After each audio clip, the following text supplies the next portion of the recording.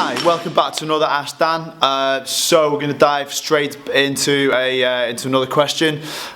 So again, this one comes with no name, but basically asks: I climb road bike and mountain bike, and try to do as much of all three as possible every week. I never seem to know when best to take a rest day. Should it be structured so we put the same days aside each week, or keep it fluid depending on how I feel, or keep it structured but with alternate schedules? So if I'm honest at this point, I'd say to that there really is no right or wrong answer to that. But first of all, I mean, good effort on sort of managed to squeeze all that in a week. I think wherever you live must be quite a pretty great place if you can manage to get out on sort of like a road bike and a mountain bike in a couple of times a week, which is brilliant. Don't know many places like that. So lucky you. So that's good. Good work on being sort of like just really enjoying your exercise and obviously being active. So yeah, to be honest with you, there's no real right or wrong answer to this. It's a little bit of trial and error, and really kind of also depends really on your personal level of intensity and kind of what you want to get out of it. To be honest with you, if you're going out and just want to enjoy it and you're not really kind of going that fast and you're really kind of enjoying the scenery, then I wouldn't worry too much about recovery days. But because you've asked, I'm assuming that you're kind of going out and really giving it a good go and sort of smashing through the woods and getting some good speed up on the road bike, etc. So recovery is pretty important. But again, it really comes down to personal preference on how you respond to exercise and what your recovery strategy is really. Because you're on the road bike and mountain bike, there's not a huge, well, unless you come off, there's not a huge amount of impact that you need to consider. So so we're like running where you kind of have that constant pounding on the pavement, so you really need to consider that when you're recovering. Likewise, when you're lifting weights, you really need to consider sort of like the load and the muscle damage and the central nervous system fatigue, where you really need to focus on, where you do really need to sort of like worry about recovery. So because of this is mainly sort of like muscle glycogen fatiguing, I would probably say your main concern is just making sure you get enough muscle glycogen, enough sugar back into your system in order to sort of like speed up recovery. Make sure you recover from one session to the next session, and just make sure your sleep is on point. Make sure you're getting enough sleep for whatever it is that whatever's best for you. Some people operate perfectly fine off the back of 6 hours. Some people need the full 8 hours. I personally am one of these people that just really need a lot of hours sleep. Anything less than sort of 6, I really don't operate that well. And if I don't get that, ideally for me, I like to get 8. If I don't get that, then I need to get that back somewhere. So my weekends are spent quite a lot of time sort of like catching up really. But anyway, so yeah, I mean, I probably something else to sort of really think about with regards to sort of your road bike, because you're in that fixed position for quite a long time, and you really sort of, you could be there for 2 to 3 hours in this fixed position. What might be worth doing, this is just a bit of a side extra for you, what might be worth doing is getting your positioning sorted out and looked at. Reason being, because you are in that fixed position, so if you're out just a little tiny bit and you're sort of like constantly rubbing tendons and ligaments, or in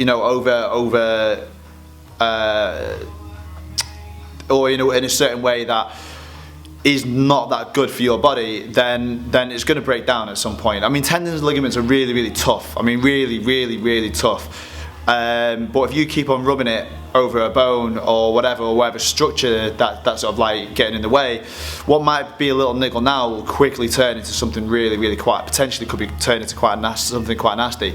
So For me personally, if you're into road biking, it's probably what I recommend to everyone. If you do it quite seriously, it is definitely worth going down, taking it to a shop, and get, there's places where you can go and get professionally fitted now. There's a couple of places in Manchester that'll do that for you. It does seem quite expensive, but to be honest with you, in physio fees and rehab afterwards, it's definitely worth it. Plus, it's your hobby, you want to keep on enjoying that, so it's definitely worth investing a little bit of time, effort and money in, and just make sure you can keep on enjoying your hobby.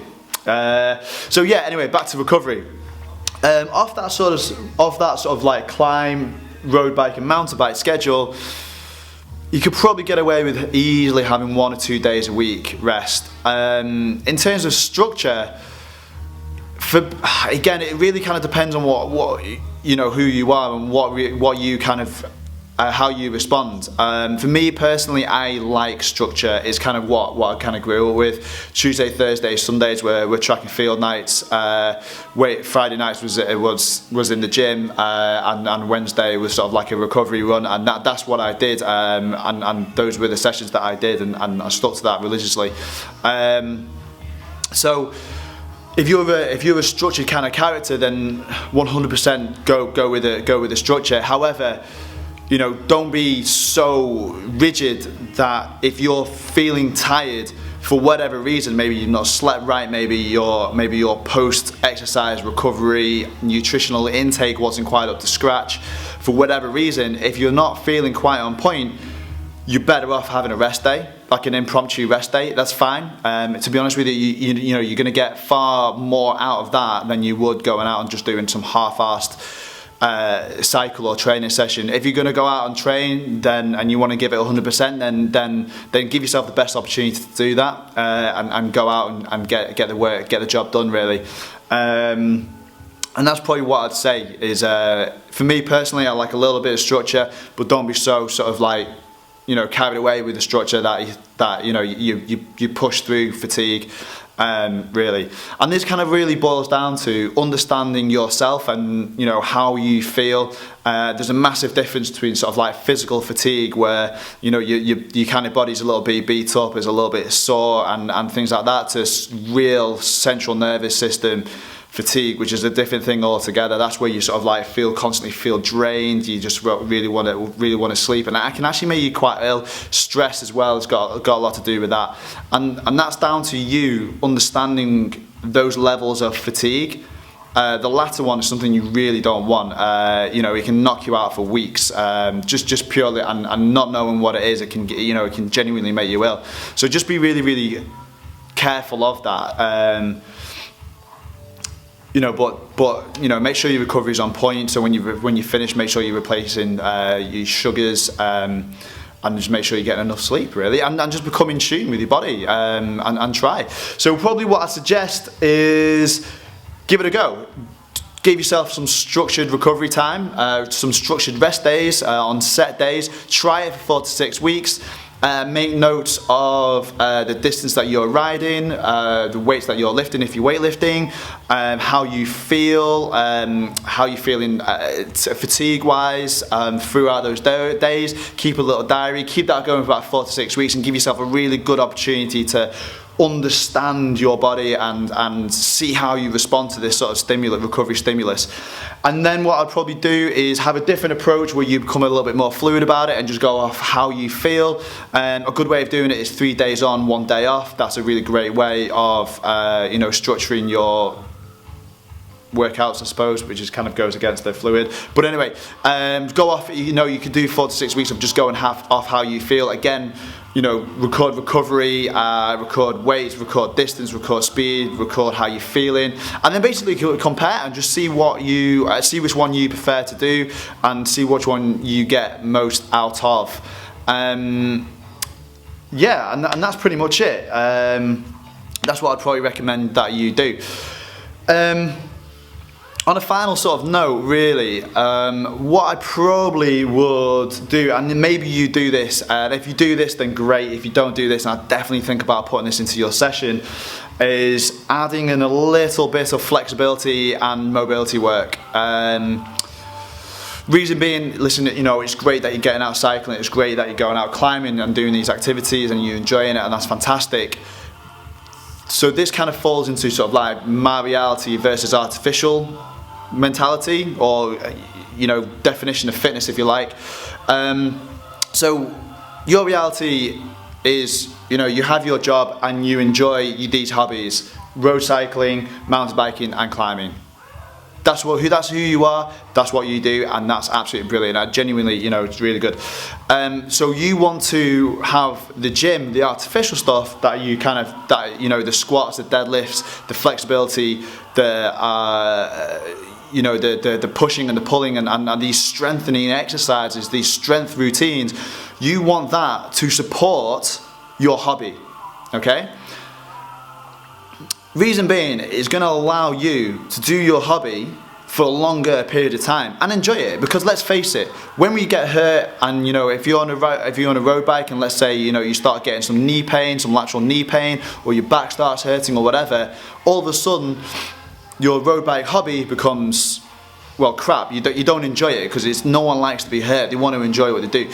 So use the gym, the artificial training, if you like, to support your reality. And everyone should do this, and everyone's reality is vastly different, and you've just got to realise what your reality is. If you don't do it already, I would 100% get some structured strength work in there, and give yourself some time for some flexibility and mobility work, and just really give yourself the best opportunity to support your love of biking and climbing, because the last thing we want to do is just pick up sort of like repetitive strain injuries, or get yourself in, or allow your body to be in these negative, not very biomechanically efficient positions, and you start using muscles that you start using compensatory movements, which is a long road to some could potentially be a long road to some pretty chronic injuries, which is an even longer road to recovery, which is going to suck for you, just purely because it's not going to allow you to do the stuff that you love to do, and you want to be doing this stuff for as long as you possibly can and get as much enjoyment out of it as you possibly can. So supplement that reality and that hobby with some artificial, some exercise, some structured strength and mobility work. I would highly recommend that. So there we go. So I hope that's answered your question in a roundabout sort of way, and I hope you've kind of got I hope you've got some extra bits in there. So quickly round that up. There's no right or wrong way to this. To the recovery question in terms of structuring your days. Make sure you do get a couple of rest days in there, but in terms of where you put them, give it a go. If you want to go down the structured route, give it 4 to 6 weeks, see how that works for you. Try the fluid route of just going off how you feel, give that 4 to 6 weeks and really see how you feel. Note everything down, and then you can see what works for you. What works for you might not work for someone else. Likewise, it doesn't say that you're doing this, so fingers crossed. Really structured strength work in and some really structured mobility work in.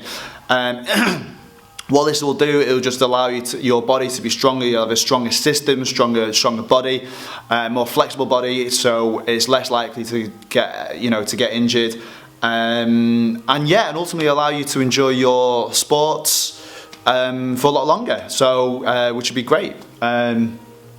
So yeah, and finally, if you haven't had your bike fitted for you, then I would definitely recommend that, and just beat the injury before it comes. If it comes, I mean, you could be lucky and sail right through and not get an injury. I could be chatting absolute nonsense, in which case that's great. If, however, that little niggle that you may or may not have, it potentially could come back and bite you. At some point, so it's definitely worth getting that looked at if you can. So there we go. Anyway, so I hope that's helped.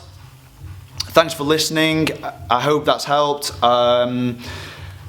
If you want me to answer any questions, then feel free to put them in the comments or email them to me at danny@fstfitness.com with the subject line Ask Dan. Failing that, go onto the website, put in Ask Dan as a subject, fire over your question, and then I shall get back and answer that to you. So there you go. I hope that helps. I'll see you next week. Cheers.